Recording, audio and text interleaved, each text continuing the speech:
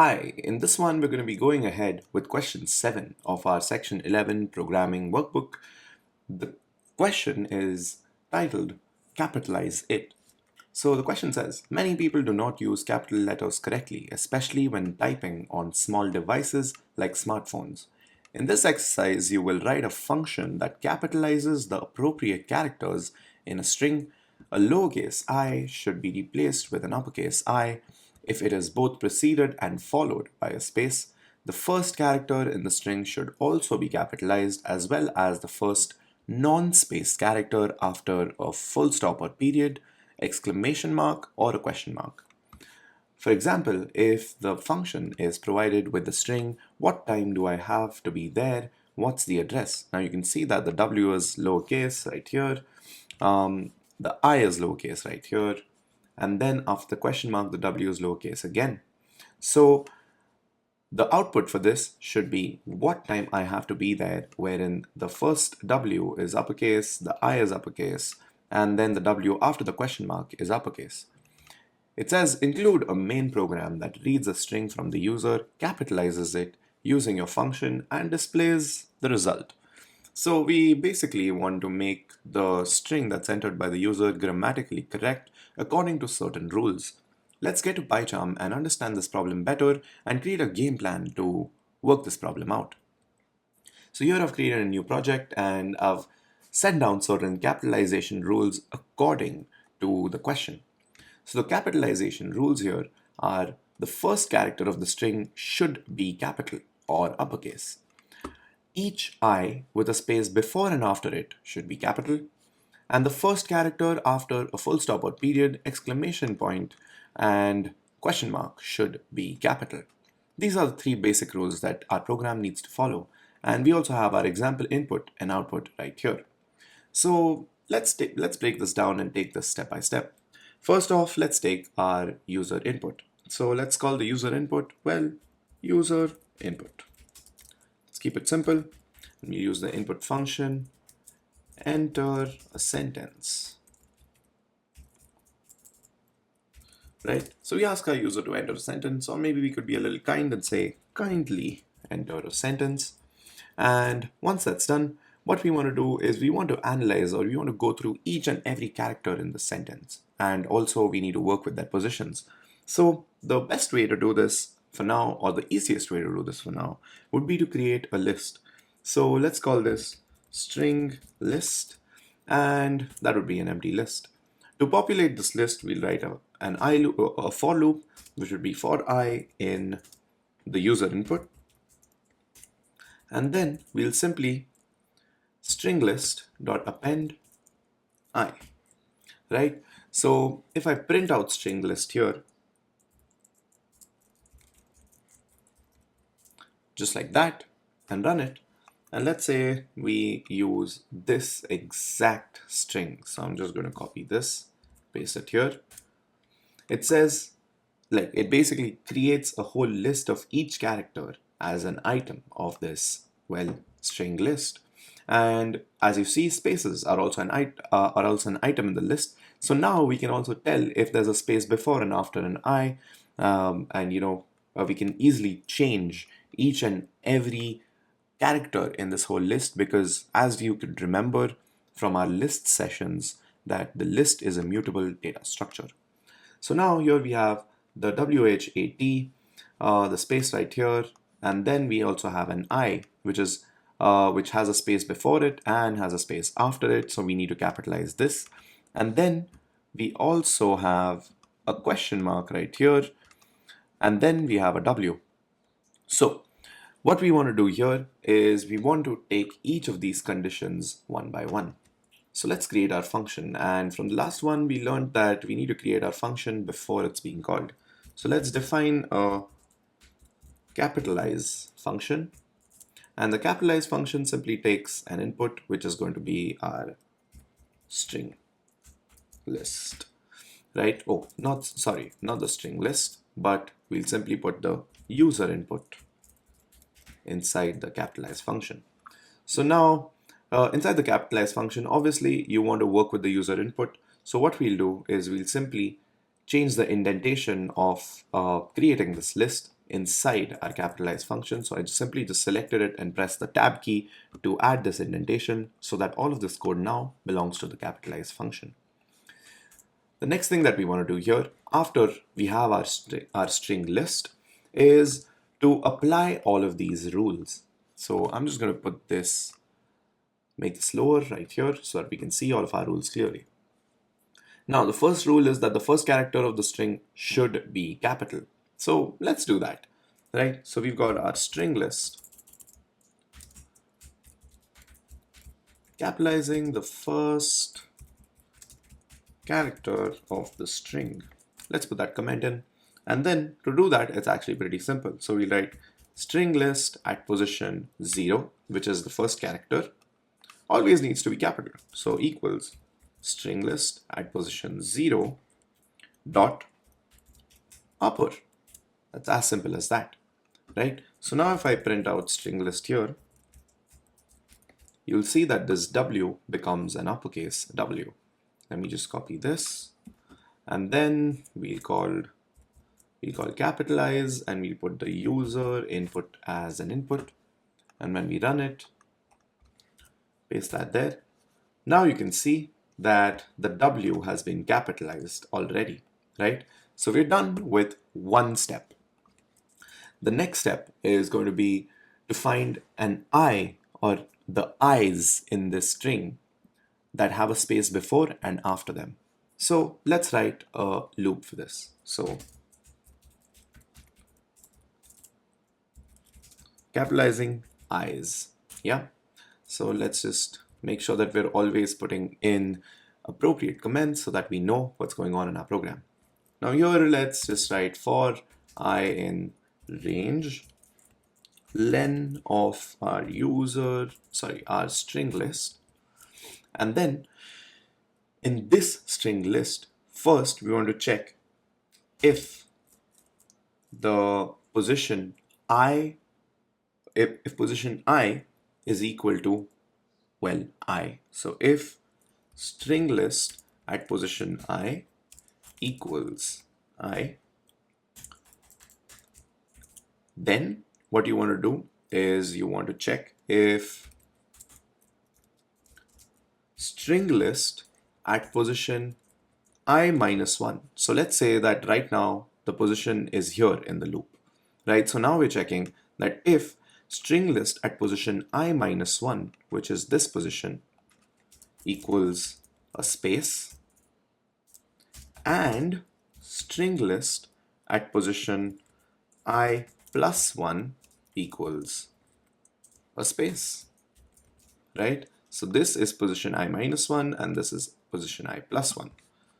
So if this is the case, then what you want to do is you simply want to do string list at position I, which is this position, equals string list at position I dot upper.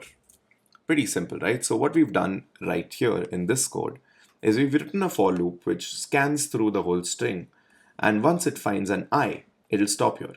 Then it's going to check for this condition on line number 23, which says if string list at position I minus 1, which is this t, equals a space and I plus 1 equals a space.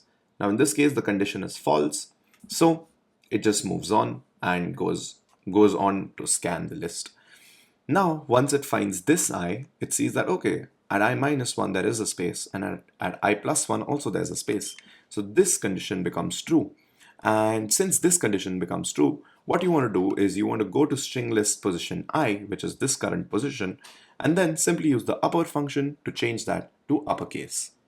Pretty simple, right? So let's go ahead and check if this logic works for us. So I'm just going to let this be as it is, copy a string list, run this, paste it, and now you can see that we've got our I capitalized right here, correct? But the question is, what if I have something like I am a man, which is a sentence, right? I press enter. Does it give me any issues? Because, you know, if we think about this logically, the program is always going to check for I minus 1 and I plus 1 position. So in this case, since I is the first letter, it already gets capitalized, which is okay. But in but the but this condition right here, wherein the program checks where I minus 1 is a space and I plus 1 is a space, is always false, because I minus 1 is never going to be a space and I minus 1 is going to be n, and that is not a space. So, well, that is something that is sorted, and we can go ahead to our next condition, which is going to be the first character after a period, a full stop, or exclamation mark and question mark should be capital. So in this case, let's go ahead and see if that works out for us. Now, here we'll just paste this condition and start coding. So here we need a couple of conditions, right? You need to check whether there is one of these characters present, and if these characters are present, the character after this, is it uppercase or lowercase, and if it is lowercase, you need to turn it into uppercase. But let's just reduce the load or the logical load in this program. Let's just convert any character after these into uppercase anyway. So here, what we'll do is, again, we'll write for I in range len of our string list, and then inside our string, inside of this loop, while the loop is scanning through the string list, we'll check if if string list of I equals either a full stop or string list of I equals, let me put that I in there, equals an exclamation point, or string list of I equals a question mark. So once we have this condition right here and it's set right here, what we can do is we need to check that whether there is another character still left after that. And as we see here, that after a full stop, there could also be a space.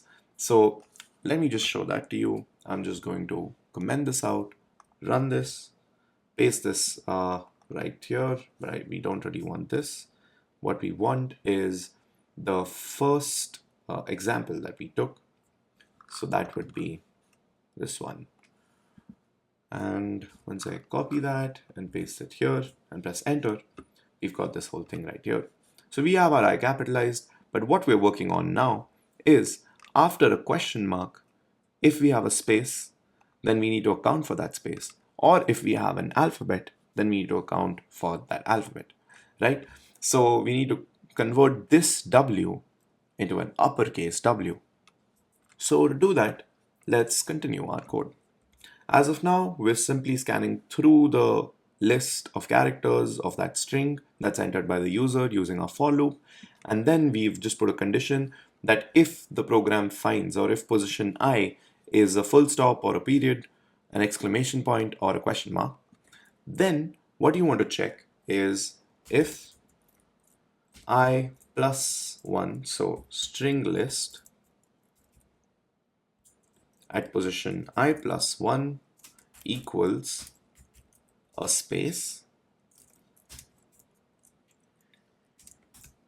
then we want to check if string list at position I plus 2 dot is lower. So the is lower function is basically going to check if this particular character is lowercase. So now if this is true, then you simply want to do string list at position I plus 2 equals string list at position I plus 2 dot upper, and well, that W should then be an uppercase W. So let's see if that works out for us and if we have any errors with this logic that we need to fix. So I'm simply going to run this, paste our thing, and now it says list index out of range. So why does it say list index out of range?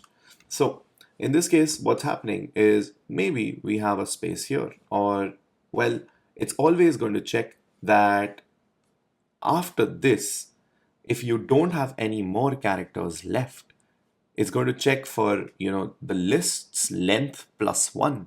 And that index really doesn't exist in that list. So it's always going to give you a list index out of range error. To fix this error, we need to add an additional check here. So if there's this condition, if at position I we have one of these three characters, and so let's put this as one condition in brackets, and then we go ahead here and say and I is not equal to the length of string list minus 1. All right, so this means that I is not at the end of the string, right? Because if the length of string list is, let's say, 4, right? So that means that we have indices 0, 1, 2, and 3, correct? So if I is equal to 3, right, that means that there's no more characters after 3. And that's what's going to throw this list index out of range error.